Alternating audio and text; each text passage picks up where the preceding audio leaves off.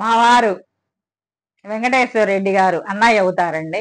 ఇద్దరు ఆ ఫిరోజపూర్లో ఉన్నప్పుడు ప్రక్కనే మా క్వార్టర్స్ వచ్చినాయి. అప్పుడు ఉన్నామండి. మేము 2 ఏళ్ళు ఉన్నాం. వాళ్ళు 3, 4 ఏళ్ళు ఉన్నట్లు ఉన్నది. మేము మాత్రం 2 ఏళ్ళు ఉన్నాం.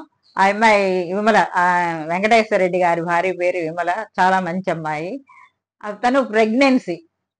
తర్వాత ప్రక్కనే మా క్వార్టర్ ప్రక్కనే ఇంకోవాళ్ళు కన్నడ వాళ్ళు ఉండేవాళ్ళు. ఆ అమ్మాయి సంపంగి, చాలా మంచి అమ్మాయి. ఇంగ్లీష్ లో మాట్లాడుకునే వాళ్ళం ఏదన్నా. వాళ్ళకేమో కన్నడ నాకు రాదు, తెలుగు ఆ అమ్మాయికి రాదు. అట్లాగా ముగ్గురం బాగుండేవాళ్ళం అండి. ఒకరోజు సడన్ గా ఈ పాకిస్తాన్ వాళ్ళు బార్డర్స్కి వచ్చారు. బార్డర్స్కి వచ్చేది ఫంక్షన్ అనే నిమిత్తం మీద వచ్చారు. వచ్చిన తర్వాత యుద్ధానికి వచ్చారు వాళ్ళు. అప్పుడు ఈ మిలిటరీ వాళ్ళంతా అర్ధరాత్రి సడన్ గా వ్యాన్లు వేసుకొని వెళ్ళిపోయారు. ఇక మా పరిస్థితి చూడండి ఎట్లా ఉంటుందో. ఈ భయం. అక్కడ ఎక్కడో దూర ప్రాంతం, పంజాబ్ స్టేట్ దూర ప్రాంతం. ఇక్కడేమో ఒంటరిగా ఉన్న వాళ్ళం, అమ్మా నాన్నలతో ఉన్న వాళ్ళం. ఇక ఈ ముగ్గురం కలిసి ఒకే ఇంట్లో ఉండేవాళ్ళం అండి. ఒకే చోట వండుకునేవాళ్ళం.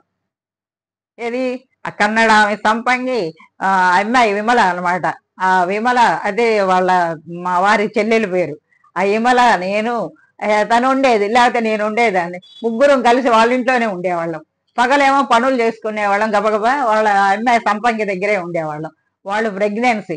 రాత్రిపూట బయటికి వెళ్ళాలంటే తలుపులు తీయాలంటే భయం వేసేది. అందరూ వెళ్ళిపోయారు. ఇక మా కాపలా ఎవరు, క్వార్టర్స్ అంతా కాపలా పెద్దవాళ్ళు ఉంటారు చూడండి, ఏజ్డ్ వాళ్ళు, మిలిటరీ వాళ్ళు రాత్రిపూట వచ్చి ఉండేవాళ్ళు. అంతా వెళ్ళిపోయారు అనమాట. అట్లా ఎన్ని రోజులు ఉన్నారో తెలుసండి? 1 నెల రోజులు ఉన్నాం.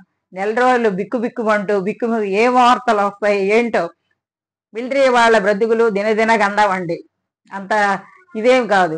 వాళ్ళని మాత్రం మనం అస్సలు ఎప్పుడు మర్చిపోకూడదు. వాళ్ళ అక్కడ ఉంటేనే మనం ఇక్కడ హాయిగా తింటూ ఇట్లా వీడియోలు చేసుకుంటూ ఉంది తెలుసుంది.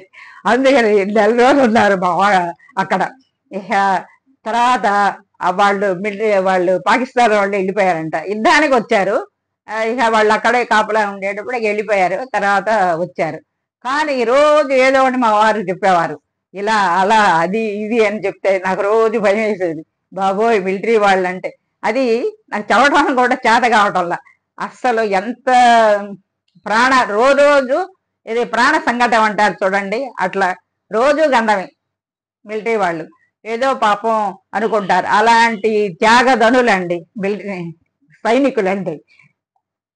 అందుకని వాళ్ళని మనం గౌరవించాలి. ఇక్కడికి వచ్చిన తర్వాత అసలు వాళ్ళు మామూలు మనుషుల్లాగా చూస్తారు. మామూలు మనుషులు కాదండి, వాళ్ళు మహానుభావుడు.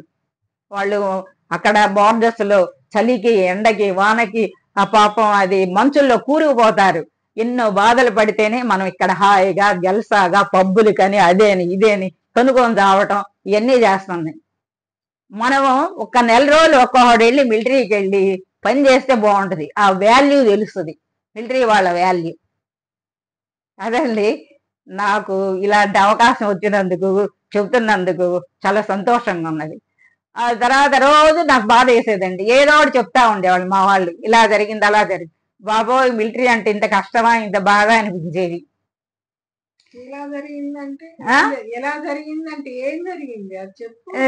అంటే రోజు ఎవరో వాళ్ళు ట్రక్కులు పోల్తాబడో అది పోల్తాబడో ఏదో ఒకటి చనిపోతూ ఉండేవాళ్ళు. ఆటోమేటిక్ గన్నులు పేలి ఇట్లాగా రకరకాల అన్నమాట సమస్యలు,